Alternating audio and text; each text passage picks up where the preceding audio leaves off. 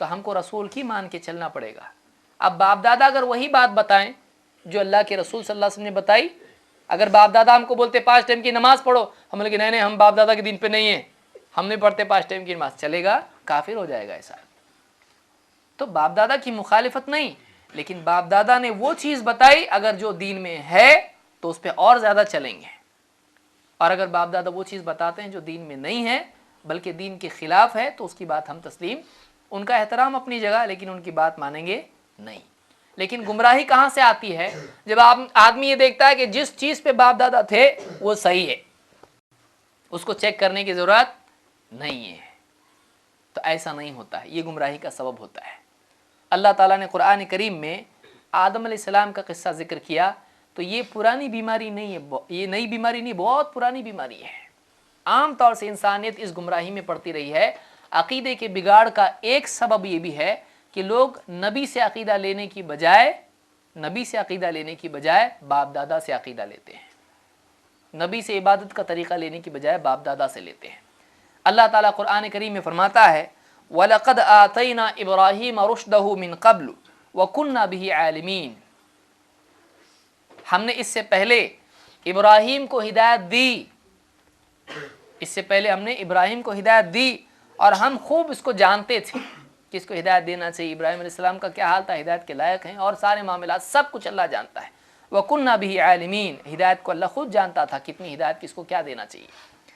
اذ قال لأبيه وقومه ما هذه التماثيل التي انتم لها عاكفون، ابراہیم علیہ السلام نے اپنی قوم سے کہا یہ جو بت ہیں یہ کیا ہے جس کو تم پکڑے رہتے ہو، جس سے چمٹے رہتے ہو۔ عاکفون اعتکاف، جمے رہنا کسی چیز پر، یہ کیا چیز ہے جس کے تم مجاور بنے بیٹھے ہو، یہ کیا چیز ہے جس کے تم اہتمام کے ساتھ ان بتوں کو پکڑے رہتے ہو، کیا ہے یہ؟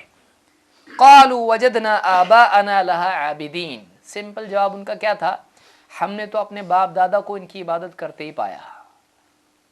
قالوا، انہوں نے کہا، وجدنا آباءنا لها عابدین، ہم نے اپنے باپ دادا کو انہی کی عبادت کرتا پایا۔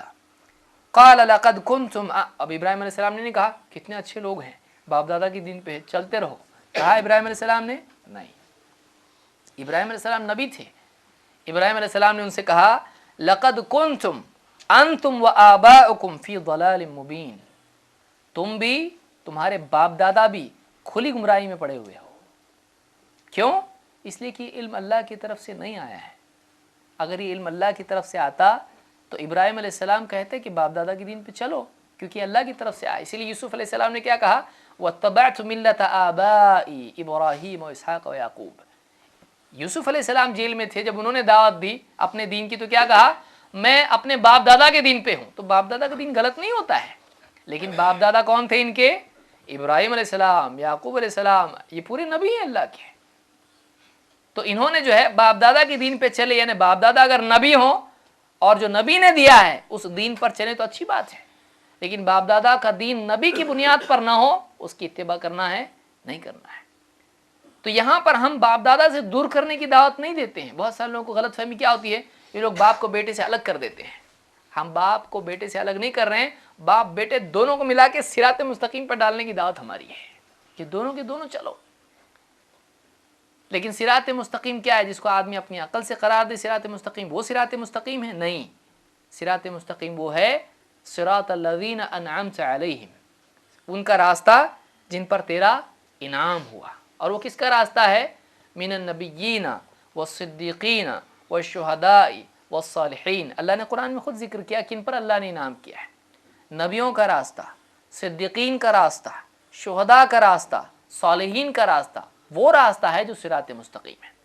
اور اگر اس سے زیادہ آپ کو خلاصہ چاہیے تو اللہ کے نبی صلی اللہ علیہ وسلم کی ایک حدیث ہے جس کو امام ترمذی نے روایت کیا، فرماتے ہیں ستفترق امتی علی 73 ملہ کلہم فی النار الا ملۃ واحدہ، میری امت 73 فرقوں میں بٹ جائے گی۔